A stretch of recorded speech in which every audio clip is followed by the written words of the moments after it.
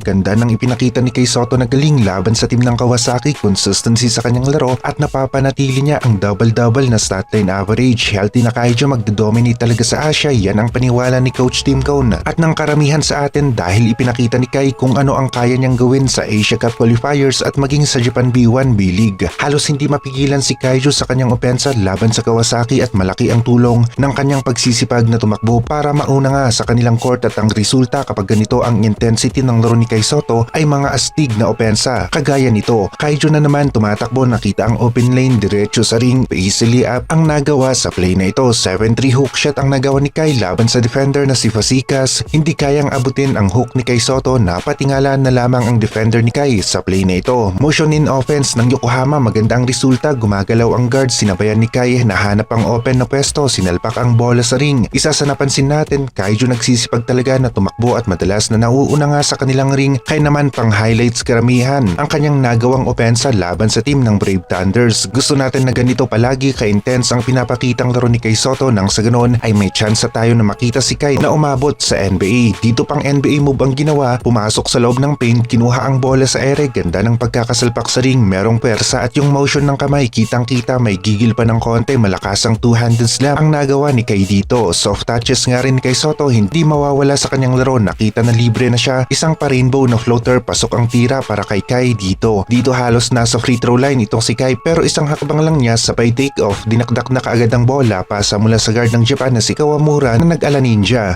Big man play ang pinakita ni Kai dito, nasa loob ng paint, dalawa sumalubong na depensa, may pwersa sa pag-angat ni Kaiju, pumasok ang tira ni Kai, hirap nga rin pigilan si Kai kapag ganito ang intensity ng laro na ipinapakita. Mahirap mapanatili ang ganitong level ng laro pero para magawa ni Kai na umabot sa NBA, kailangan talaga na pahinga basketball ang routine nito para hindi bumaba ang kalidad ng kanyang laro. Masasabi natin na ngayon ay nasa top level ang laruan ni Kai, consistent ang ipinapakita sa kasalukuyan, double-double na sunod-sunod sa Japan B1 B-League at maging sa Asia Cup qualifiers. Isa namang Kaiju, bumababa papunta sa kanilang ring, naunahan ang kanyang defender kaya naman na libre, dinakdak na naman ang bola sa ring. Dito maraming bantay sa loob ng paint pero kay Soto maganda ang pagkuha ng pasa, napanatili ang balanse, bitaw ng tira, dagdag puntos na naman para kay Soto at sa team ng Yokohama. Timing ang pinakita ni Kai sa sumunod na play, mintis ang free throw pero kay Soto nagawa pang matipin ang bola, +1 sana, ngayon naging +2 points pa nga. Kaijo nagdominate sa laro, nagpakita pa ng mga hustle plays at magagandang highlights laban sa team ng Kawasaki. Iisa na ngayon ang sigaw ng mga fans, maging healthy si Kai at mapanatili ang magandang intensity ng laro na ipinapakita niya ngayon. NBA dream ni Kay Soto posible basta manatiling healthy si Kai hanggang sa NBA Summer League. Mapapalaban nga ulit itong si Kay Soto sa NBA Summer League at yan ang unang pahayag ni Tony Ronzone, babalik sila ng mas malakas sa NBA Summer League ngayong 2024 kasabay na rin ng pagpapaganda pa nga ng physique o katawan ni Kai at pagdadagdag ng konti sa kanyang timbang.